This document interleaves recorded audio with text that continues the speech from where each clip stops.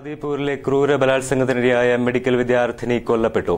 ഇന്ന് രാവിലെ 11:30 ഡൽഹി മെഡിക്കൽ കോളേജിലായിരുന്നു അന്ത്യം. കഴിഞ്ഞ 6 ദിവസമായി അത്യാസന്ന നിലയിലായിരുന്നു.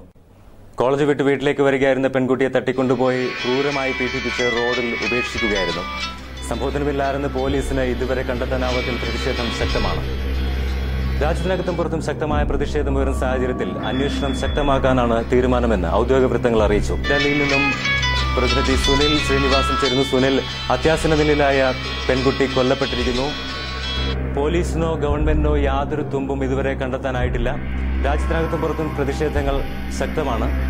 രാജ്ഭവനിലേക്കും രാഷ്ട്രപതി ഭവനിലേക്കും കഴിഞ്ഞ ദിവസം തന്നെ ജനകീയ പ്രതിഷേധങ്ങൾ ശക്തമാവുകയുണ്ടായി. തുടർന്നുള്ള വിശദാംശങ്ങളിലേക്ക്. ഹലോ രാജേഷ്, കഴിഞ്ഞ 2-ാം തീയതിയാണ് യുവതിയെ ബലാത്സംഗത്തിനിരയായി റോഡരികിൽ കാണപ്പെട്ടത്. തുടർന്ന് ആശുപത്രിയിലെത്തിക്കുക, ഡൽഹി മെഡിക്കൽ കോളേജിലെത്തിക്കുകയായിരുന്നു.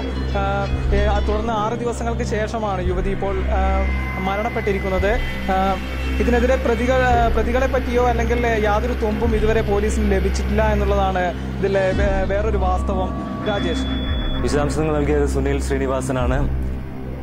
സ്ത്രീകൾക്കെതിരെയുള്ള പീഡന പരമ്പരകൾ അവസാനിക്കുന്നില്ല. ഇന്ന് രാത്രി 9 മണിക്ക് സെക്ഷൻ 376 കാണുക മലയാളം വിഷൻ ചാനലിൽ.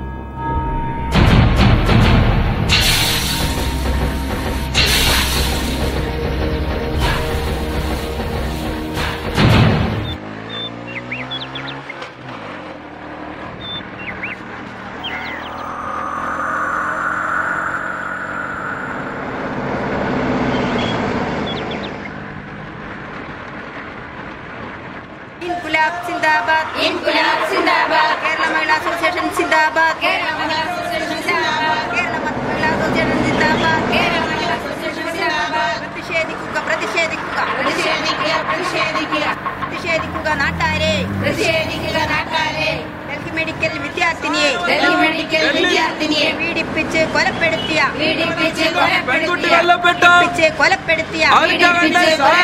രാമവെറിയന്മാരെ അറസ്റ്റ് ചെയ്യുക.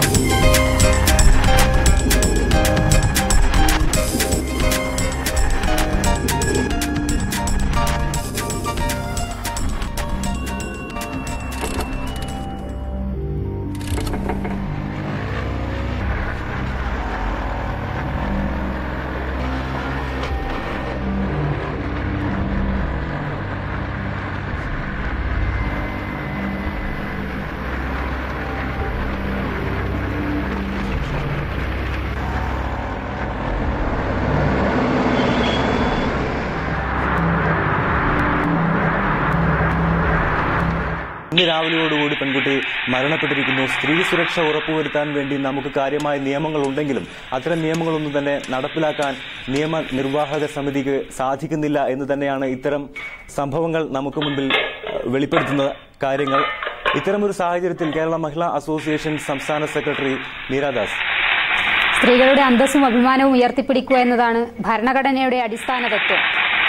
തൊഴിലിടങ്ങളിലെ ലൈംഗികാതിക്രമങ്ങളിൽ നിന്നും സ്ത്രീകളെ സംരക്ഷിക്കുന്നതിനാവശ്യമായ നിയമമാണ് sexual harassment of woman at work place. പക്ഷേ ഈ നിയമങ്ങളൊക്കെ നടപ്പിലാക്കുന്നതിന് വേണ്ടി നമുക്ക് സാധിക്കുന്നുണ്ടോ? പണിശാലകളിൽ സ്ത്രീകൾ സുരക്ഷിതരാണോ?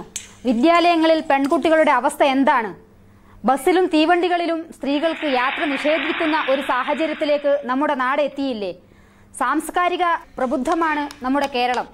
എന്നാൽ ഇവിടുത്തെ അച്ഛനും മകളും തമ്മിലുള്ള ബന്ധം എവിടെയാണ് എത്തി നിൽക്കുന്നത്? അപ്പോൾ പറഞ്ഞു വരുന്നത് സ്ത്രീ സുരക്ഷ ഉറപ്പാക്കുന്നതിനാവശ്യമായ നിയമങ്ങൾ നമ്മുടെ രാജ്യത്തുണ്ട്. അത് ഫലപ്രദമായി നടപ്പിലാക്കുന്നതിനോ പാലിക്കുന്നതിനോ നമുക്ക് സാധിക്കുന്നില്ല. അതുകൊണ്ട് തന്നെ 75% കുറ്റവാളികളും രക്ഷപ്പെടുന്നു. അപ്പോൾ പെണ്ണിനെതിരെ എന്ത് തോന്നിയാസം കാണിച്ചാലും അവളെ പിച്ചിച്ചീന്തി നഗരമധ്യത്തിലേക്ക് വലിച്ചെറിഞ്ഞാലും ഒന്നും സംഭവിക്കാൻ പോകുന്നില്ല എന്ന ഒരു പൊതുബോധം ഇവിടെ രൂപപ്പെട്ടിരിക്കുന്നു. മീരാദാസ്, താങ്കളിലേക്ക് തിരിച്ചു വരാം. സെക്ഷൻ 376-ൽ ഇനിയൊരു ഇടവേളയാണ്. ഇടവേളയ്ക്ക് ശേഷം ചർച്ച തുടരും.